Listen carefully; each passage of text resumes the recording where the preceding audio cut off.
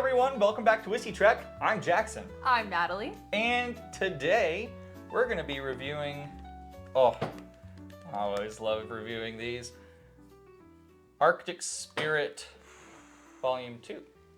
She's gorgeous. The Yeah. label. Orange label this year instead of purpley, which I know you like the orange better. I like the purple better.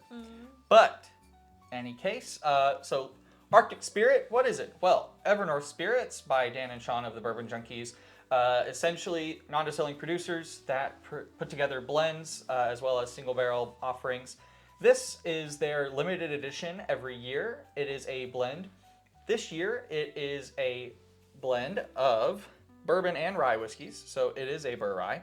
Specifically, they have in here 12-year MGP rye, 12-year bourbon from MGP, and 8-year bourbon from Green River. So, a little background on this. This was supposed to just be a blend of the 12-year MGP 95.5 and 12-year MGP bourbon, specifically 99 corn, 1% malted barley. However, they found that there was a big lack of a finish on the product, and rather than try and preserve the 12-year age statement, they went for what made it a better whiskey, which is adding a barrel or two of 8-year Green River, which totally just upped the flavor on the finish and kept intact everything else they liked about the blend. I think it was only one barrel. A splash of 8-year-old Green River bourbon. Yeah. Okay. I'm pretty sure it was only one barrel. It doesn't say on the bottle, but if I remember correctly from talking to them about it, that is what it is. This offering comes in at, wow, okay, that's actually lower than I thought. 108 proof. I've already had a bunch. It's fantastic. But I know that I'm very famously on this channel a very big fan of these guys, very good friends with them, but I will give an honest review no matter what. So, with that being said, let's go ahead and have some, yeah? Yeah. All right. These are not shelf available products quite yet. There is an annual release at the distillery of these bottles that they do, so that you can go up there the day of the release and pick one up yourself, or you can join their Patreon and then get a bottle that way. That's how I acquired this one. But they are a fast-growing company, and after only 2 years, I think we're looking at an expansion to other states soon. So hopefully, who knows? Give it a few years, you might start finding it in your state. Cool. Which is pretty cool. All right. Cheers. Cheers. Wow. Jammy. Jammy. Ooh. With a little like savory, almost like a cherry pie on the back end. Because there's like this buttery flakiness followed by like this like cherry filling almost. Can you search for any citrus? I can get the citrus for sure. It's coming through that 12-year MGP rye. I bet you it's that like nice orange zest. Kind of brightens everything up. It's just so fruity. Yeah. It's not like a Buffalo Trace fruity. It's more tart than that almost. Ooh, I just got this really nice like rye spice and then like a little bit of char on there. Okay. Tobacco. You ready to have a sip? Yes, I am. Me too. Wow. Really robust. I know. I don't even know where to start. It's robust in the fact that there's a lot going on, but it's not a beat down. It's not going to pummel you or anything. It's kind of delicate's the wrong word. It's light and it's bright and it kind of dances around. Yeah, okay, so what I got immediately, first thing, is like something light, sweet, like marshmallows.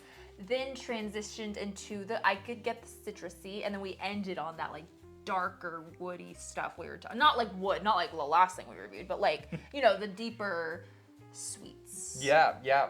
That Green River barrel coming in at the end with a little bit of a darker like char and then cherry and brown sugar kind of a deal at the end. Really cool. What I loved is I wasn't really so much focusing on notes at first as much as I was on experience. And this takes you really through a ride. It's almost like getting on the Titan at Six Flags, where you take that sip and then bam, it sends you down left, right, all around, and it's kind of taking you on a really nice journey. And then it starts to kind of simmer down right towards the end, and then you pull straight on in and get to sit there on the ride as you slowly go before you have to get off. And that's that long finish at the end. It's just pulling up to the station. Yes. That was kind of a cool metaphor. All right. That was a really cool metaphor. Second sip, I promise there will be tasting notes this time. So put in the comments who you think out of the two of us worked at Six Flags. Who was it? Was not me. I'm not driving an hour and a half to go work at Six Flags in high school. Well, luckily, you live 5 minutes away from Fiesta, Texas, so. I did. Going back to the nose, the citrus really died down. It became really sweet on the nose. Really? I say that, I put my nose right back in it, and then all of a sudden I get a lot of wood notes and drying kind of oak spice. Definitely, I'm getting on the nose way more black pepper notes than I did the first time. Or at least I'm noticing it way more. Yeah, the spice is elevated on the nose. Now, last time we sipped, I was so invested in picking out each little thing I tasted. So but we're gonna flip. We're gonna flip this time. I want the roller coaster. All right. Okay. And make sure you take a nice big sip. Okay. All right. Cheers again. Again. Okay. Okay. All right. Okay, so first off, I got a wave of brown sugar vanilla, followed by some like citrus and rye spice, and then it kind of finishes out with almost like an apricot note, like a nice light stone fruit, not like a dark plum, but something like lighter and sweeter. Yeah. And that's what I'm still getting on the finish. It's this like sweet stone fruit with a little bit of like this prickly pepperiness. And I think that the mouthfeel is pretty dang good. Thoughts? Well, from my experience, I have been on the Titan 1,107 times. I don't know. And so I like literally pictured myself going through the entire ride as I was drinking this, and the experience holds up. Probably Anyway. blacking out during the loop-de-loops and the roundabouts. Yeah.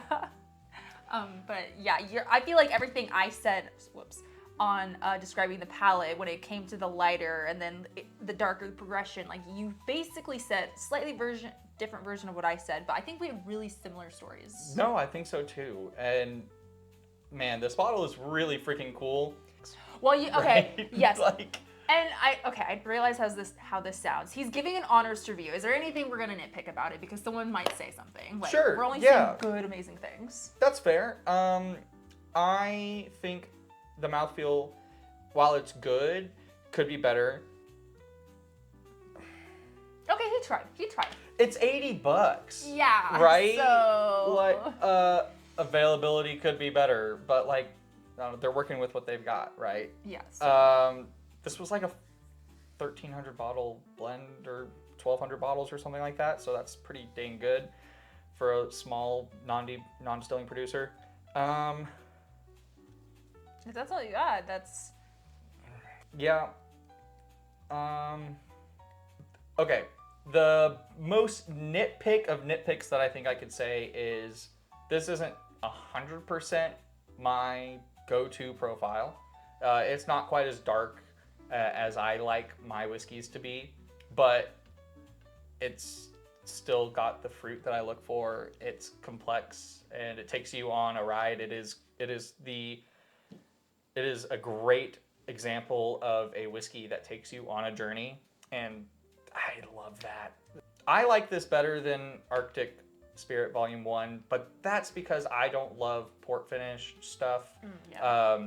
Dan loves Midwinter Night's Dram. That's why he did the first year as a Midwinter, essentially. It's a port finished rye. And that's just not my favorite profile. I like this. This is much more on profile for me than that was. That was all great stuff. Final thoughts. Arctic Spirit Volume 2 from some of my favorite people on the planet. It's an A+ at 80. There are tons of limited editions out there from all sorts of places that are twice or 3 times or even 4 times the price of this, that don't offer the experience that this does. And I'm not talking about like flavor profile specifically. I'm talking, what does it do in your mouth when you drink it? Like, what is the journey that it takes you on? And this is that roller coaster we're talking about. And it is hard to find quality whiskeys these days that take you on journeys quite like this does. Well said, babe. For you? I'm gonna go with A. Okay. How dare you? Oh, okay. Hater. A.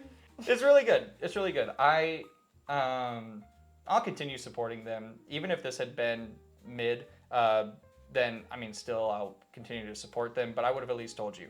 I think that you guys should get on this train before it blows up, and then you can be an originator, I guess. That's kind of the hip thing to do. The hip thing to do. God, that was such an old thing to say. I seriously can't recommend these guys enough, and man, keep putting out great stuff, because, yeah, it's fantastic. And it is most certainly going in the end of year blind. I don't think it'll compete super well with things like Calumet 18 or Knob Creek 21, but you never know. You never know. Well, I think that's enough glazing from us today, specifically me. We'll see you guys here next time on Whiskey Trek. Please like, comment, and subscribe. Cheers, everyone. Cheers, everyone.